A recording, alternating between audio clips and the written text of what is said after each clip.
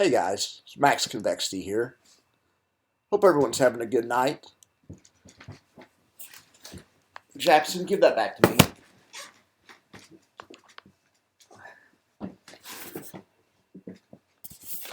As soon as I start talking, Jackson grabs the nearest thing he can find and starts chewing it.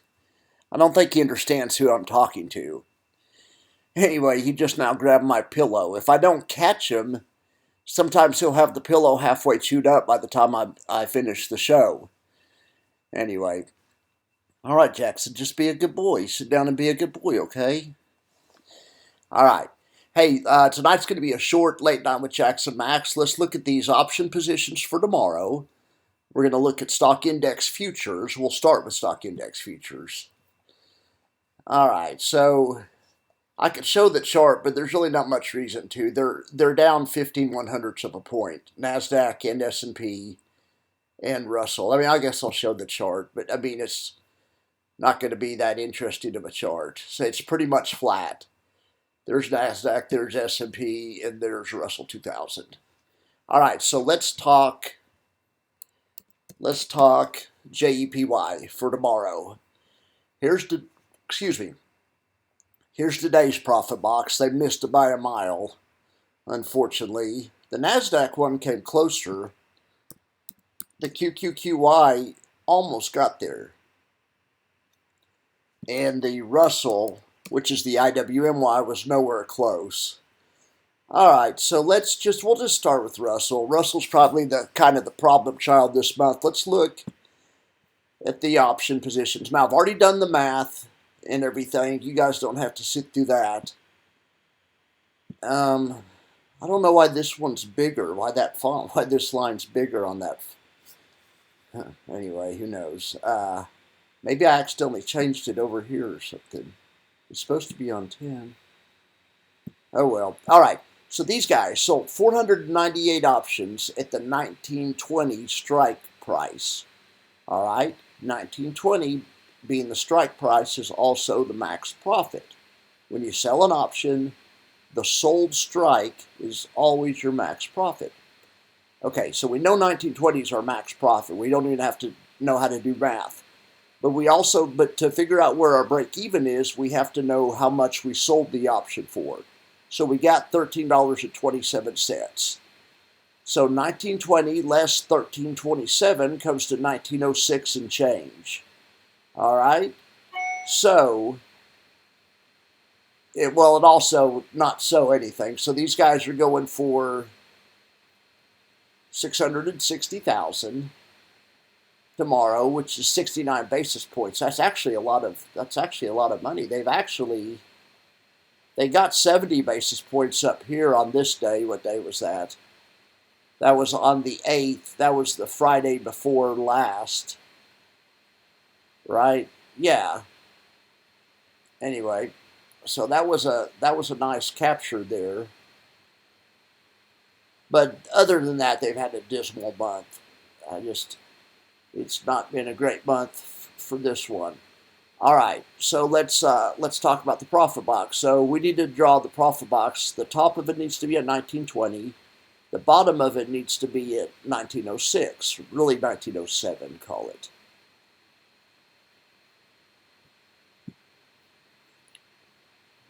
Okie dokie.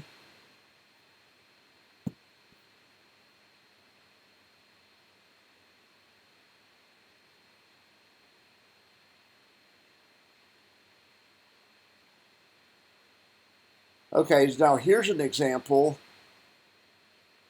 Wait a second. Where did I say that? 1920. Okay, oh my gosh. Never mind. 1920 is right here.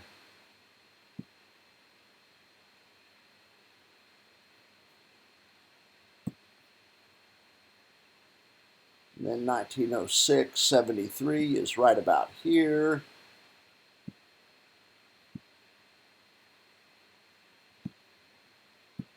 We'll make the bottom box yellow. Yellow is time premium, or same thing as extrinsic value.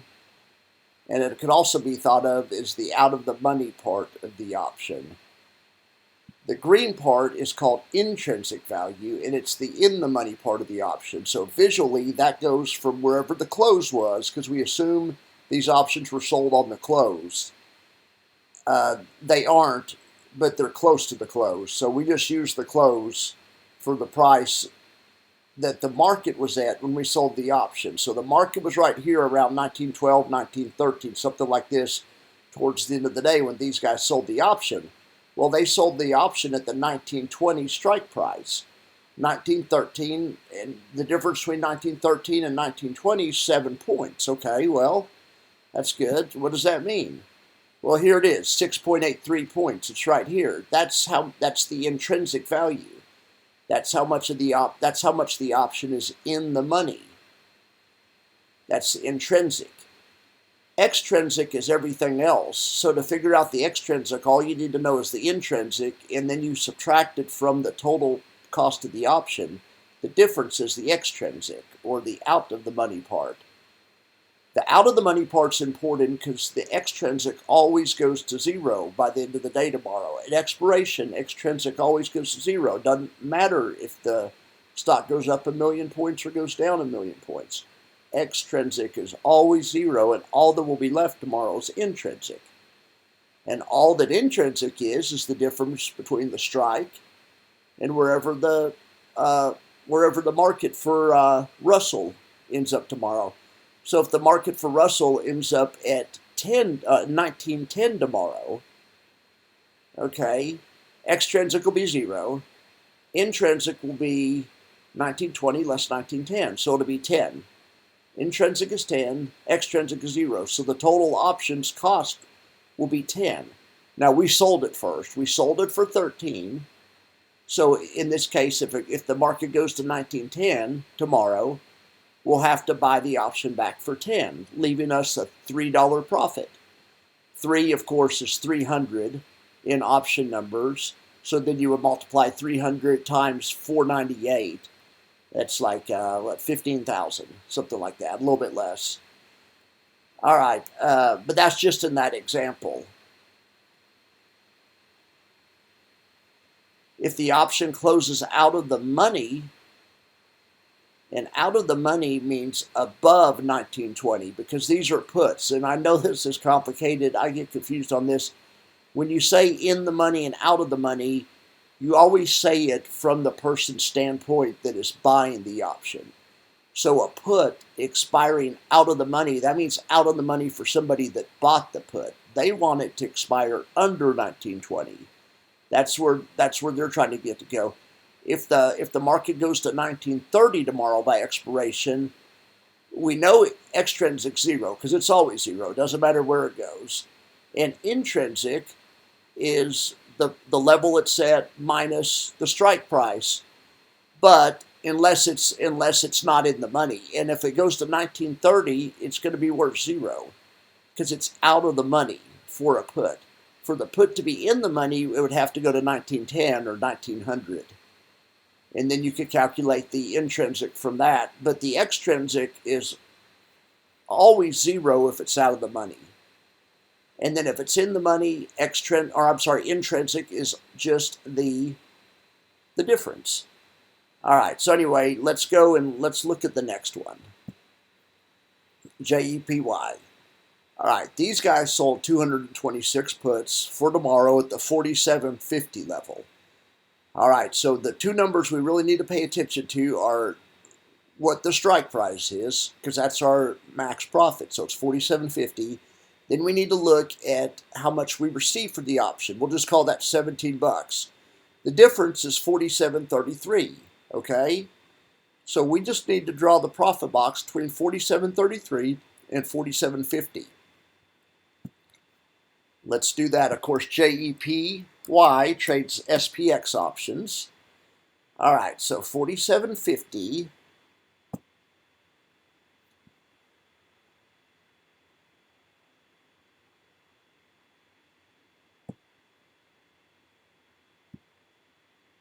Okay, then the first part of the box, I draw it to where the close was, because that's the intrinsic amount. Because we assume that the stock's price was right here when they sold it. So it was around 47.40, and they went ahead and sold the 47.50 option. So that comes to about 10 points of intrinsic. Let's see if that checks out with the spreadsheet. Yep, 1079 is what the spreadsheet says. All right, and then the break even is 47.33 about.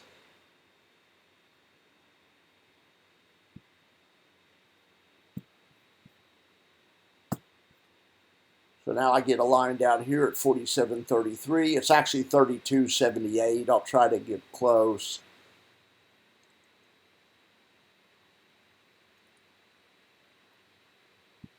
All right. So, like I always say, in the difference between the intrinsic and the total amount of the options price that you sold it for is the extrinsic. But visually, you could see it right there. See, that's why you want to sell options for as much as possible. Wonder if this option was going for this much. It gives you a bigger target to hit. Wonder if it was going for that much. The more, the better. The more it's going for when you're the seller, that's what you want. You don't want to sell one that's going for that much. You want a big, juicy target. All right. Let's see, I messed up that box just a little bit. Let me draw it. Now it's a little too big. There we go. All right. So that's IWMY. Let's go to, we've already done JEPY. Let's see here. Yeah, well, there's JEPY. We've done IWMY because that's Russell. There's their profit box. All right, so the last one is NDX, NASDAQ.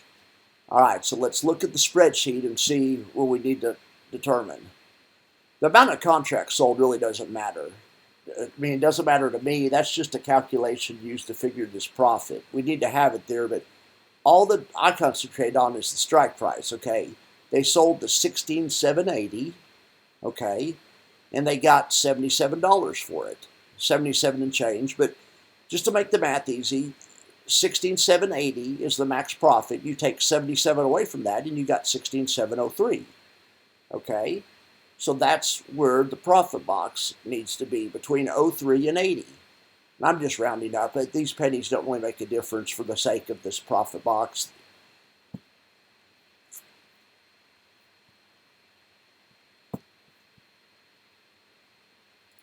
So I have to go find 780. All right, there we go. Okay, then the first part of the box is intrinsic, so I'm just going to drag it down to where the close was, which is right there.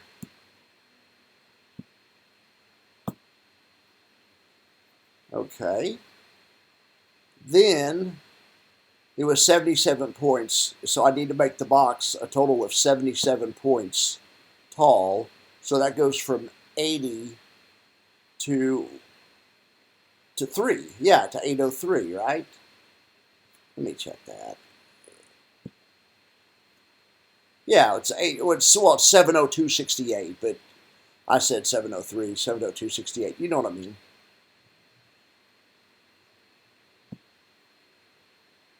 So I'm going to try to get as close as I can to 702.68. There's 702.48. That's pretty darn good, I think. All right. So there's our profit box tomorrow for the NASDAQ, which is the QQQY. All right. So I hope everyone understood that. I'm trying to go slow and really explain the intrinsic and the extrinsic.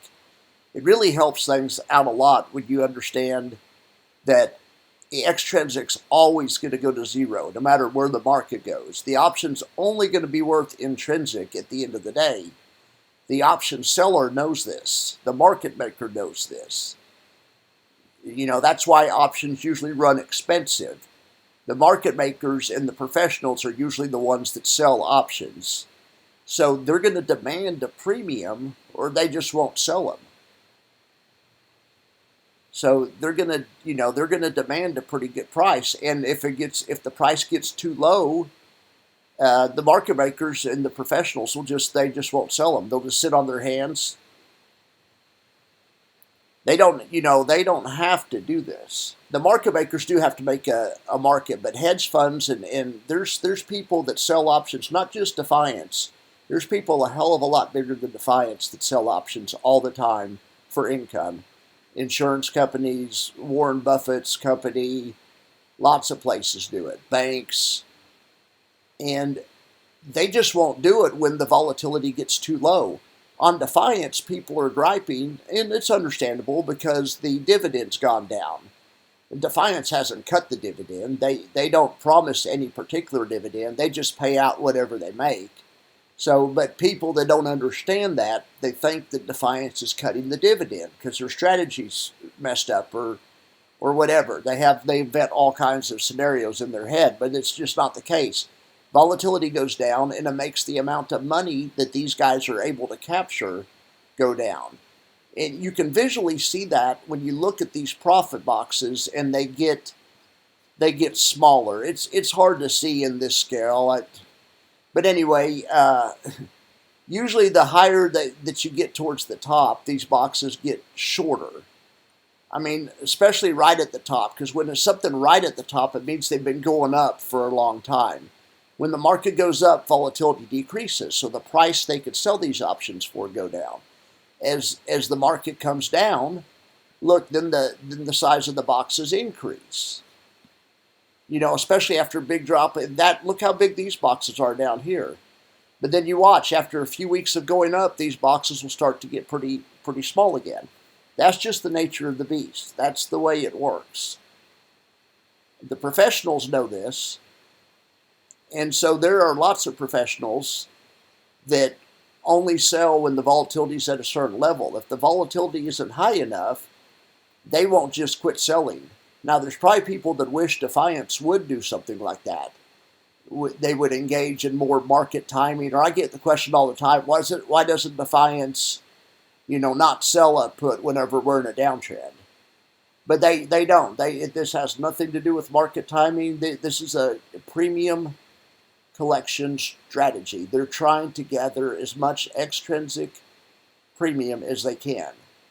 The guys at Defiance and the guys everywhere else, and now you guys know also, the extrinsic always goes to zero at the end of the day. So if you can write an option, if you're the option writer, you get to earn that in extrinsic. All right. So I'm going to let you guys go. Let me know if you have any questions. I'll be answering, I'll be in the comments answering questions. And of course, you can find me on Discord, or you can find me lots of places. Anyway, just let me know if you have any questions, and I'll be back tomorrow night.